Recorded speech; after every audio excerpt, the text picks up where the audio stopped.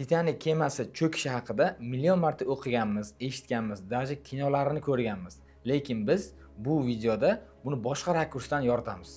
Kema aysbergga borib urilgandan keyin oxirgi 2,5 soat ichida u kemani ichida shunaqangi odamlar bo'lganki, bu odamlarni na gazetalarda, na biza ko'rgan kinolarda hech kim eslamaydi. Lekin ularni har soniyada qilgan qarorlari o'sha kemani, ya'ni o'sha holatga to'g'ridan-to'g'ri ta'sir qilgan. Bugun biz 4 ta kasb vakillarining haqiqiy hikoyalarini ochamiz. Yordam signalini yuborgan telegrafchilar, aysbergni ko'rgan kuzatuvchilar, kemaning eng tubida ishlagan o't yoquvchilar va vahima ichida ham musiqa chalishda davom etgan musiqachilar. Ularning har biri oldida bir xil savol bor edi. Nega ular oxirigacha o'z ishini tashlab ketmadi? Ma'lumotlarga ko'ra 23:40 Titanik aysbergga urildi. Ammo tashqarida bu haqda hali hech kim bilmasdi. Kemaning yuqori qavatidagi kichik xonada 2 yosh telegrafchi bor edi. 25 yoshli Jack Phillips va 22 yoshli Harland Bright ishlardi. Ularning vazifasi kemani boshqa kemalar bilan simsiz telegraf orqali bog'lash edi. Xabarlar Morze alifbosidagi nuqta va chiziqlar orqali yuborilardi. Fojiadan bir necha soat oldin aysberg haqida boshqa kemadan xabar kelib tushgan. Lekin telegrafchilar yo'lovchilarni o'zining shaxsiy xabarlarini yuborayotgani sabab aysberg haqida bilishmagan. 00:15 atrofida kapitan Edward Smith telegrafchilarga yordam signalini yuborishni buyurdi.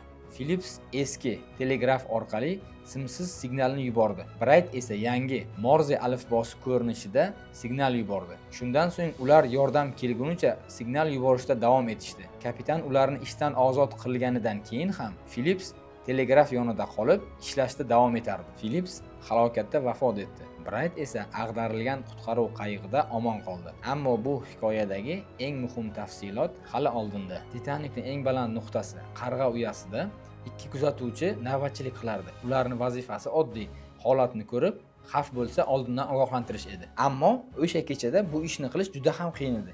Dengiz g'ayrioddiy darajada sokin, oy ham chiqmagan edi. Kuzatuvchilarni esa aysbergni ko'rish uchun durbini ham bo'lmagan. 23:39 atrofida Flet qorong'ulikda oldinda katta qora shaklni ko'rdi. U qo'ng'iroqni 3 marta chalib, telefon orqali xabar berdi. Ammo vaqt juda oz qolgan edi va kemaning eng tubida bundan ham og'ir ish allaqachon boshlangan edi. Ma'lumotlarga ko'ra, Titanikning eng pastki qismida 280 ga yaqin ishchi mexanik sifatida ishlardi. Ular qozonlarni ko'mir bilan ta'minlab, kemaga bug' va elektr energiyasi yetkazib berardi. Sharoit juda og'ir edi.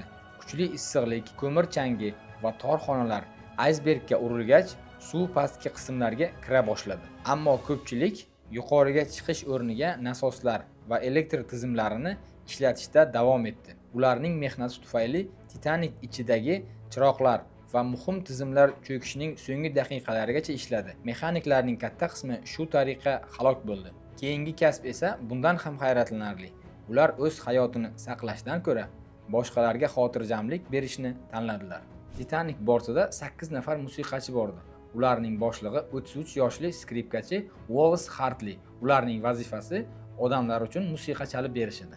Ammo aysbergga urilgandan so'ng ular palubaga chiqib, vahimaga tushgan yo'lovchilarni tinchlantirish uchun musiqa chalishda davom etishdi. Guvohlarning aytishicha, orkestr deyarli oxirgi daqiqalargacha musiqa chalgan.